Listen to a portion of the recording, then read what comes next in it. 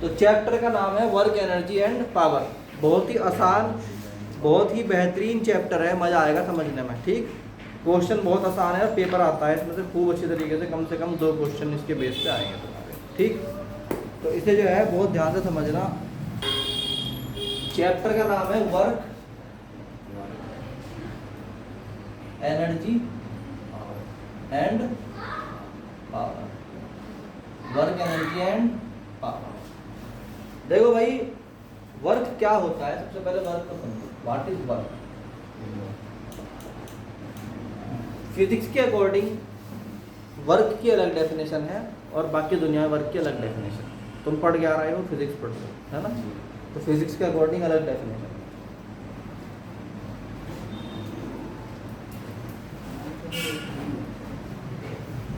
तो इसमें क्या होता है, वर्क का मतलब क्या होता है पहले समझो। What is work?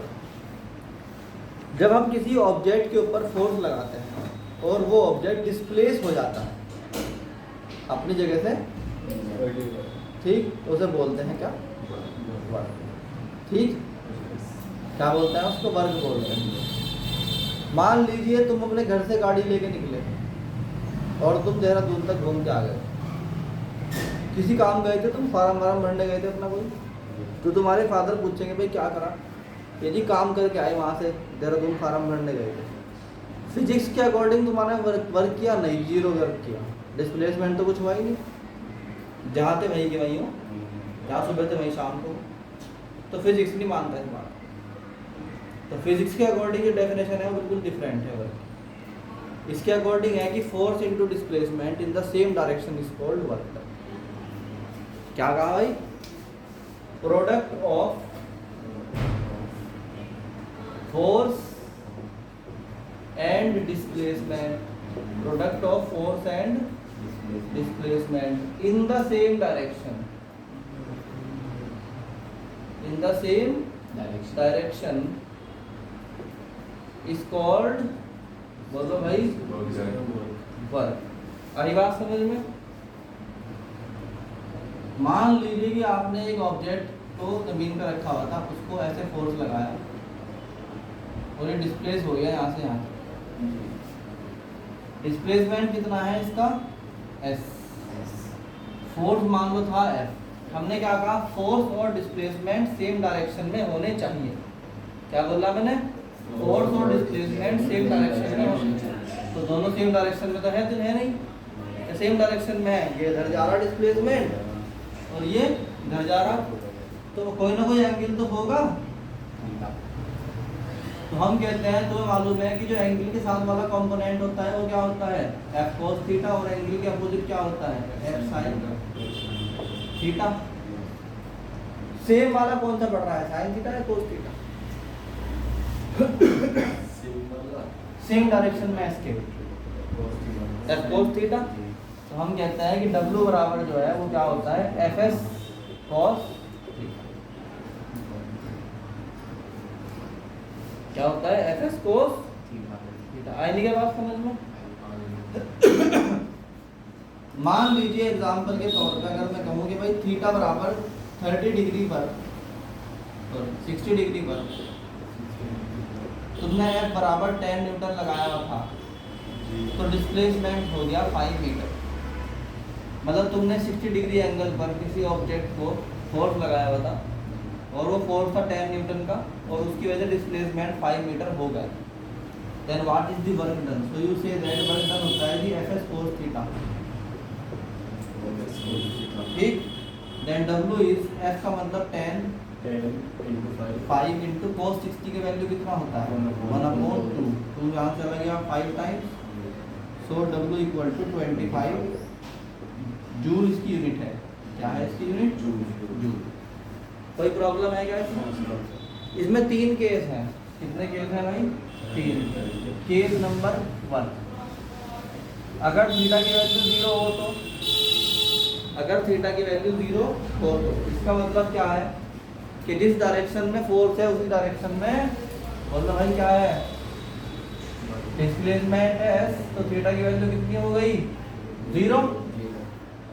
So we say that इस कंडीशन में W बराबर हो जाएगा, क्योंकि cos 0 की वैल्यू क्या होती है? 1 और वो क्या होती है मैक्सिमम। साइन और कोस में 1 जो है वो क्या है मैक्सिमम है, ध्यान रखना आज के बाद। साइन और कोस में 1 से ज़्यादा वैल्यू कभी हो ही नहीं सकती। So we say that W equal to होता है FS cos, यानी कि cos 0, तो W बराबर क्या हो गया F इंटू एस ओनली, यानी कि that is the maximum work. तो अगर तुम्हें मैक्सिमम वर्क चाहिए तो हमेशा क्या करो, जिस डायरेक्शन में से ट्रैक्टर में ट्रॉली बनती है ना, तो वो एकदम पीछे की तरफ ऐसे बनती है, सीधे खींचती है वो उसको। तो ये क्या है 0 डिग्री का एंगल लगाओ। तुम अगर किसी चीज़ को सीधे खींचोगे ऐसे करके ऐसे, तो वो सबसे ज़्यादा फोर्स वर्क आ रहा होगा उसके अंदर। ठीक, अब दूसरा केस है केस नंबर 2। थीटा की वैल्यू कितनी है 90 डिग्री, माने तुमने फोर्स को लगाया इस डायरेक्शन में और डिस्प्लेसमेंट हुआ इस डायरेक्शन में, तो एंगल कितना है 90। वर्क डन कितना होगा, सॉरी cos 90 कितना होता है, दैट इज 0। तो वर्क डन कितना आ गया 0 जूल। समझ में आया कि नहीं आया मैटर, बोलो भाई आ गया समझ में मैटर। चलो, तो इसका मतलब 90 डिग्री पर जब फोर्स और डिस्प्लेसमेंट होंगे तो कोई वर्क नहीं होगा, माना नहीं जाएगा। केस नंबर 3, केस नंबर 3 कहता है कि थीटा की वैल्यू कितनी है 180 डिग्री, माने तुमने फोर्स लगाया इस डायरेक्शन में और डिस्प्लेसमेंट हो रहा है इस डायरेक्शन में। तो समझिए कौन सा पॉसिबिलिटी में है, ये है पॉसिबिलिटी इस चीज की है। अगर तुमने किसी मतलब तुम्हारे फर्श पे, घर पे फर्श जो होता है उस पर कोई एक बहुत बड़ी चीज छोड़ दो, जूता रखा हुआ है, ठीक, जाके जूते पे लात मार दी, थोड़ी देर बाद जाके वो जूता रुक जाएगा नहीं रुक जाएगा, किसने रोका उसको, फ्रिक्शन फोर्स ने। किसने रोका, तो फ्रिक्शन फोर्स किस तरफ लग रही थी, अपोजिट से लग रही थी, जिस तरह वो जा रहा था उसके अपोजिट डायरेक्शन में लग रही थी, वो आ नहीं गया। इस कंडीशन में W बराबर क्या होता है FD cos या FS cos 180, और cos 180 की वैल्यू कितनी होती है -1, सो W बराबर -K F into S joule. इतना फटाफट मतलब इसको फोटो ले लो, नोट करो, नोट करो। तो what is the unit and direction of, unit and dimension of work, work की यूनिट और डायमेंशन क्या होती है।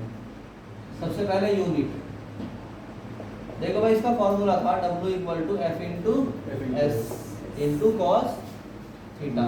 F का क्या होता है किलोग्राम मीटर पर सेकंड स्क्वायर, होता है कि नहीं होता है, और S का क्या होता है डिस्प्लेसमेंट है तो मीटर में होगी, और साइन कोस टेन का तो कोई यूनिट होती ही नहीं। सो ये आ गया kilogram metre square into second की पावर -2। अब देखो तुमने यहाँ ध्यान दिया कि ये क्या था, फोर्स का यूनिट था, और फोर्स का यूनिट होता है न्यूटन। इसकी एक यूनिट तो ये बन गई क्या, न्यूटन इंटू सेकेंड। अरे बोलो बन गई कि नहीं बन गई, एक बन गई किलोग्राम मीटर स्क्वायर पर सेकंड स्क्वायर, इसी को बोलते हैं जूल। तो कुल मिला के हम कह सकते हैं W इक्वल टू होता है किलोग्राम मीटर स्क्वायर पर सेकंड स्क्वायर इक्वल होता है न्यूटन इंटू सेकंड इक्वल होता है जूल।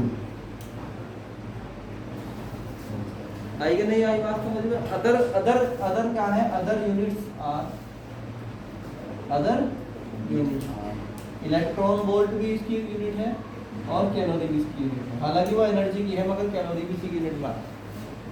ठीक, डायमेंशन, डायमेंशन नाम तो सुना होगा कभी, सुना है डायमेंशन का नाम है, बताओ भाई क्या लिखा हुआ है यहाँ पे, किलोग्राम मीटर स्क्वायर पर सेकंड स्क्वायर लिखा हुआ है। किलोग्राम की क्या होती है, किलोग्राम की डायमेंशन क्या है, यानी मास। अरे मास मतलब किलोग्राम, यार तुम्हें क्यों बताना पड़ेगा कि मास जो है वो किलोग्राम को रिप्रेजेंट करता है, बताओ मास की डायमेंशन क्या होती है।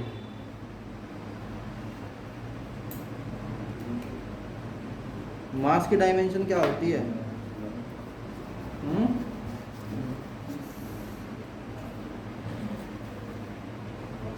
मास की डायमेंशन होती है m और मीटर की होती है l, तो l की पावर कितनी हो गई 2 और सेकंड की पावर क्या होती है t की पावर t यानी t की पावर हो गया -2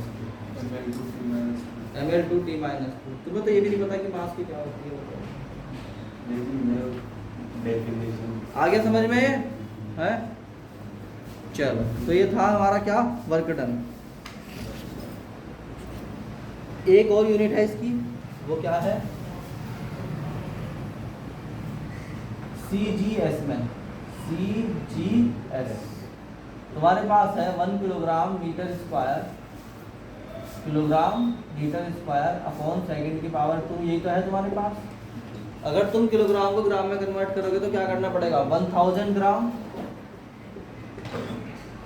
क्या करना पड़ेगा किलोग्राम को ग्राम में कन्वर्ट करोगे तो 1000 ग्राम नहीं होते क्या, इसमें तो कोई बड़ी बात ही नहीं है। मीटर को सेंटीमीटर में करोगे तो क्या करोगे 100 सेंटीमीटर, तो 100 का स्क्वायर इंटू सेंटीमीटर का स्क्वायर अपॉन सेकंड, तो सेकंड ही रहेगा। तो ये बन गया क्या 1000 इंटू 10 की पावर कितनी हो गई यहाँ पर 4 इंटू ग्राम इंटू सेंटीमीटर का स्क्वायर अपॉन सेकंड का स्क्वायर। तो हमने क्या कहा 10 to the power 7 gram centimetre का स्क्वायर पर सेकंड का स्क्वायर, ठीक है। तो ये क्या था, ये था 1 जूल,